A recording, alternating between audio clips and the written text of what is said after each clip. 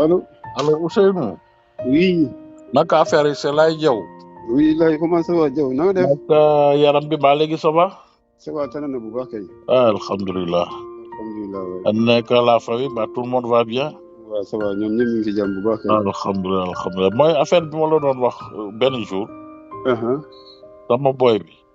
waaw dama bëgg ñu defal ko benn travail de choc waaw pour préparer ko quoi. ok. Parce que dafa war a dem def test quelque part.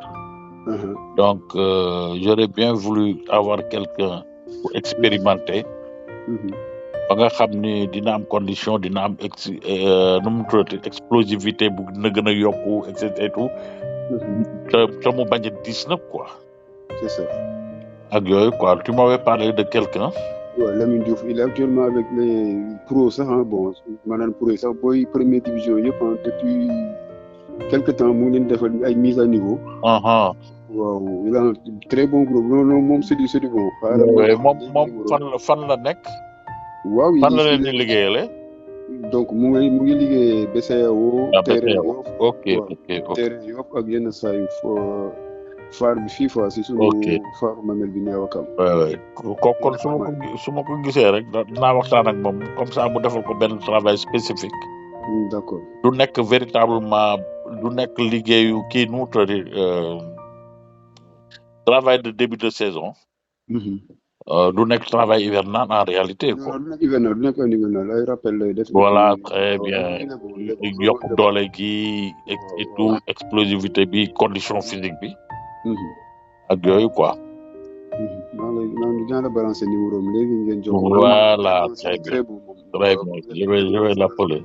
Inch'Allah. waaw nga yokk si ñaan rek parce que booy. Inch'Allah parce que dama bëgg léegi miser si loolu quoi. c'est très bien. pour GIA mën a am dara quoi. waaw moom am na. parce que GIA sinon la GIA risque de vraiment kii quoi donc disparaître. c'est ça. en difficulté la. waaw ok kon dinaa xaar kii bi. maa ngi lay yónnee WhatsApp am léegi sax. voilà très bien monsieur. léegi. merci beaucoup merci. ok Lamine.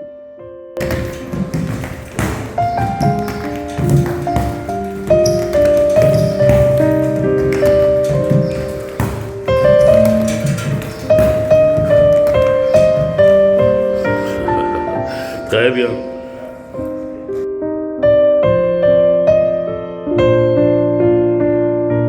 commencé nañu entraînement yi si ñetti semaines nii ambition GIA mooy toujours ñu yëg deuxième division loolu lañ ma wax te si lañ nekk ba tey.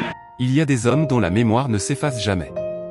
Alou Senoussaid, ancien joueur de l'Union sportive de Ouakam, vient de tirer sa révérence à Diourbel. Un ami, un jeune frère, un footballeur de classe exceptionnelle. Sur le terrain, il était l'artisan des gestes rares. À l'aise dans les entrechats, maître du dribble long et court. Intelligent dans le jeu intérieur, habile dans le débordement extérieur. Et d'une précision redoutable devant les buts. On se souvient encore du trio magique qu'il formait avec son courageux jumeau Alassane Sène. Le baroudeur Zamadou, et le maître à jouer, le gaucher magique Youssou Mbeng. Un quatuor qui faisait vibrer les stades. Et dont Ousseynou, excentré par son immense talent, était l'éclat singulier.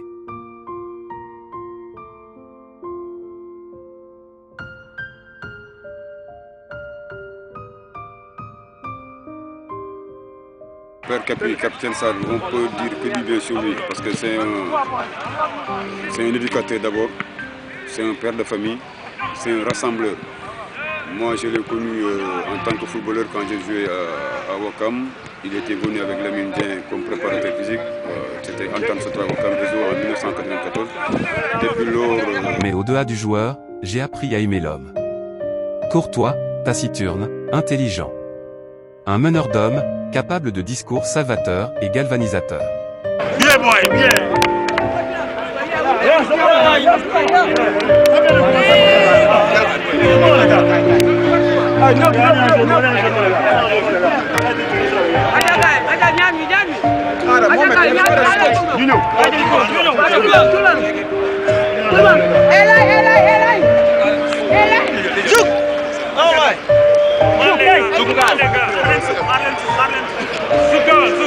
Boy, doo def lu gaaw.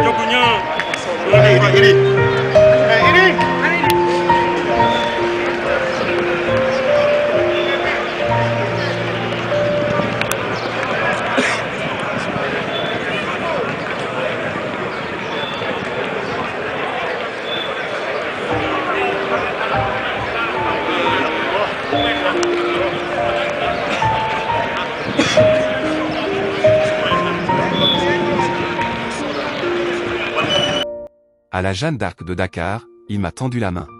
Salam Abdoulaye maa ngi lay ziar di la jaajëfal et puis nag di jégalu nag si yéex la wax na ñibbi si waat naa sa kër donc tombé naa d'accord ak les dirigeants de la JA je serai l'entraîneur de la Jeanne d'Arc de Dakar cette année inchallah rabbi waaw yow moom j'aurai besoin de tes soutiens de ton expertise de lépp si yow waaw inchallah rabbi maa ngi lay jaajëfal et puis di jégalu nag li ma la ko yéex a wax allez merci bon week-end.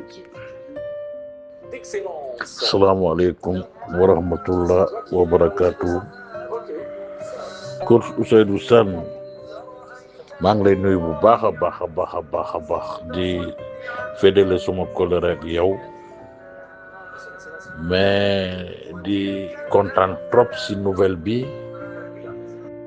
mu nekk une très bonne nouvelle pour tout le monde hein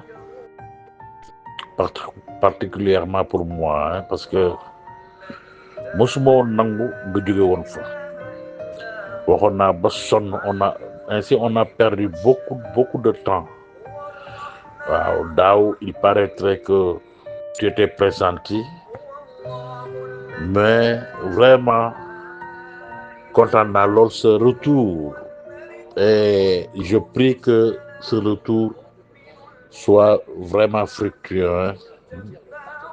Comme c'est une très grosse réussite hein. En tout cas, moi, je pense que tu le sais bien, je te voue beaucoup de respect, beaucoup d'estime depuis que vous me le côtoyez, je pense 3 ans, Jeanne d'Arc. Le travail que tu as abattu, mais aussi la famille que tu avais formée avec beaucoup d'intelligence. Hein. Ah, beaucoup de qualité sur toi. Hein.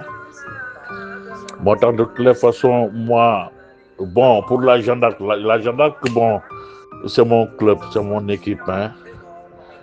Mais malgré que, bon, j'ai un peu gelé mes activités là-bas, mais toi, tu pourras toujours compter sur moi, hein. Voilà, parce que véritablement, non, lol. xam naa ne mën nga apporter Jeanne d'Arc lu bëri inchallah mais bul wax dara waaw tu peux toujours compter sur moi inchallah en tout cas je te souhaite une très bonne réussite merci. Alhamdulillah rabbil alamin merci Abdallah merci beaucoup déggaat ce message ok tamit noonu laa la bëggee man tamit lu raw ni ma bëggee laa la bëggee parce que tu es un très très très grand dirigeant visionnaire man noonu laa tuddee tu es un dirigeant visionnaire parce que idée yi xalaat bi nga am pour la GIA buñ ko appliqué woon heure bi dem nañ bi yàgg donc GIA dellu soir na si urs dans temps yi ñu ko doon xaar yëpp billahi mais kontaan lool si sa message bi man tamit di la wax wala dénk naa la sama bopp GIA dégg voilà mu ngoog daal noonu laa la nawee noonu laa la fonke noonu laa la bëggee parce que dirigeant football nga tu es un très grand sportif te di ñaan réussite totale pour Djibi fële mu nekk et puis waaw Moussa moom sama waa ji yàlla defal ko li gën si moom inchallah rabbi bien des choses à toute la famille en tout cas je suis très très heureux déggal ce message bi merci beaucoup Abdallah bonne fin de soirée. Il a pensé à moi pour l'accompagner. Dans les moments de doute, il savait trouver la solution. Comme lorsqu'il transforma mon fils Moussa Dio, milieu de terrain, en avant-centre décisif.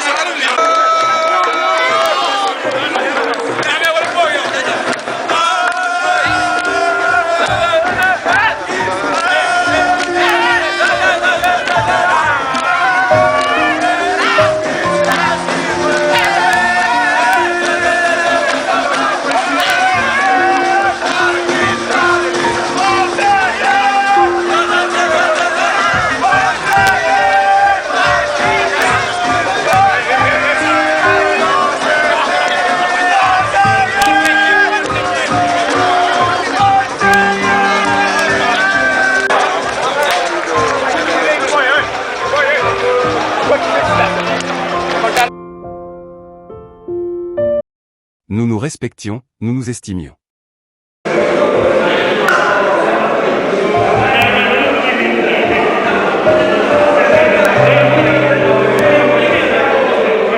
Et aujourd'hui, Ousseynou rejoint Père Capi, son ancien préparateur physique. Nous avons une seule mission, c'est monter l'équipe en deuxième division. Et Babalo, son directeur technique. Donc, je vais leen encourager pour que ngeen def ay effort pour yàlla dimbali ñu dajaloo pour UJA yéegaat fu mu nekkoon. Inch'Allah, je vous remercie. Ainsi va la vie, elle est éphémère. Alors, regardons-nous dans une glace. Révisons nos copies. Travaillons à engranger le maximum de lumière avant le jour fatidique. Dans le projet que GIA a mis en place pour monter en deuxième division, parce que c'est une équipe qui doit jouer les premiers rôles au Sénégal, la plus vieille, qui aura 100 ans l'année prochaine. On est en fin d'année, donc il faut des joueurs disciplinés, rigoureux, travailleurs, et puis voilà, pour vraiment apporter le projet GIA à la finition, là où les dirigeants le veulent. Car la seule richesse qui vaille, c'est la bonté pieuse. Adieu Ousseynou. Ton souvenir restera une offrande. Et ta lumière continuera de guider nos pas.